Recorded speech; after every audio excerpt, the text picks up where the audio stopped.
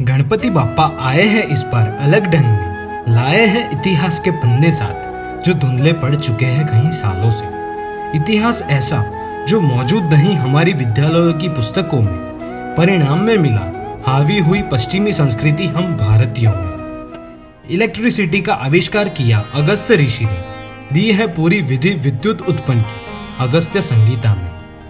तुलसी वाले पानी का इलेक्ट्रोलिसिस कर ओजोन मेडिकल बनाते थे प्राचीन काल के जो हमारे साइंटिस्ट थे, जिन्हें हम ऋषि कहते थे। सोचो वे कितने बुद्धिमान थे। बेंजामिन फ्रैंकलिन और निकोला टेस्ला को तो सब जानते हैं, पर क्यों अगस्त्य ऋषि को हम नहीं पहचानते हैं? उड़ान तो हम पहले ही भर चुके थे। रामायण में वर्णन मिलता है पुष्पक विमान का, पर जो लोग रामायण को काल्पनिक गाथा मानते तो वो भी जाने ये आधुनिक भारत में एक व्यक्ति ऐसे थे जिन्होंने भारद्वाज ऋषि के लिखे विमानिका शास्त्रों को सुलझाकर बनाया था विमान, था शिवकर बापूजी तालफड़े उनका शुभ नाम। मुंबई के जुहू चौपाटी पे 1500 फीट की ऊंचाई पर 18 मिनट तक उड़ा मारुत सखा उस विमान का नाम।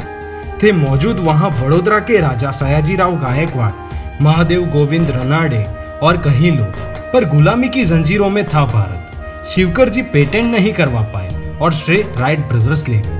आजादी के बाद तो उनको श्रेय दिलाना चाहिए था, वो भी हम ना कर पाए। आश्चर्य होता है, हमारी विद्यालयों की पुस्तकों में राइट ब्रदर्स का पूरा एक पाठ आता है, पर इनका एक बार भी नाम नहीं आता है। प्लास्टिक सर्जरी तक होती थी पहले भारत में, है सुश्रुत संहिता में हर सर्जरी का उल्लेख।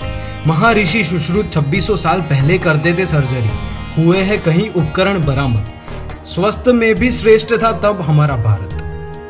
एटॉमिक थियरी से पहचान कराई हमारे महर्षि कणाद ने। हर वस्तु अणु से बनी है जो विभाजित ना होती। हर वस्तु का अंतिम मूल अणु होता है जिसे परमाणु कहते हैं, जिसको नियंत्रित करते हैं ब्रह्मा विष्णु महेश।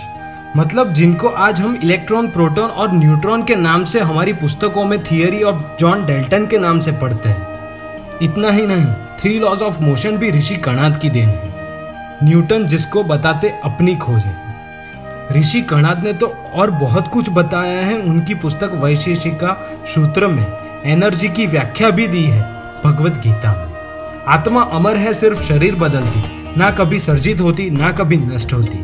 बस इसे अंग्रेजी में थोड़ा सजा के कहे तो thermodynamics first law states that energy can not created not destroy but can be transferred from one form to another. समझोगे तब जब जानोगे कि बहुत सारे महत्वपूर्ण आविष्कार और खोज हुई है हमारे भारत से, जिन्हें आज हम पुस्तकों में पढ़ते हैं पश्चिमी संस्कृति की देन के नाम से। जीरो का आविष्कार किया आर्यभट्ट ने, जो गणित विषय की नींव है। त्रिकोणमिति के साइन कॉस का टेबल तक दिया है आर्यभट्टिया में, जो आर्यभट्ट की लिखी पुस्तक है। गणित का विषय बनाया सिर्फ 23 साल की उम्र में। सूरज है स्थिर और पृथ्वी अपनी ही धरा पे घूमती है, पूरा वर्णन प्लेनेटरी मोशन का। सोचो कैसे बताई होगी सटीक पृथ्वी से सूरज तक की दूरी, पृथ्वी का व्यास, पृथ्वी का आकार। उस समय में जब ना थी आज जैसी तकनीक, ना थी सैटेलाइट, परंतु फिर भी भारत की पहली सैटेलाइट आर्यभट्ट के नाम से है। पीछे आप जो देख रहे हो वो नालंदा विद्यापीठ है।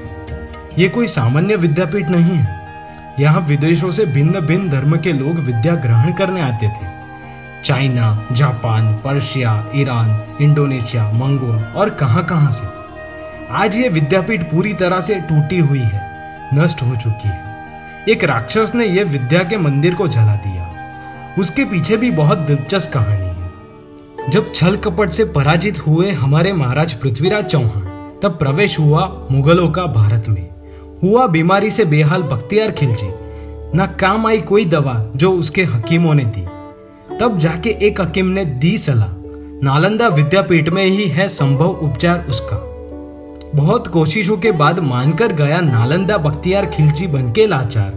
नालंदा जाकर शर्त रखी कि चाहता है उपचार सिर्फ इस्लामिक तरीके से, ना कोई भारतीय पद्धति के साथ। मृत्यु के घाट उतार देगा अगर नहीं हुआ वो स्वस्थ।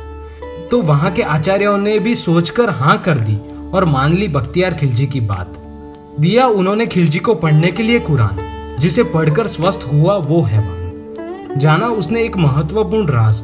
हो जाओगे चकित तुम भी जब जानोगे कैसे हुआ स्वस्थ कुरान पढ़ के खिलजी।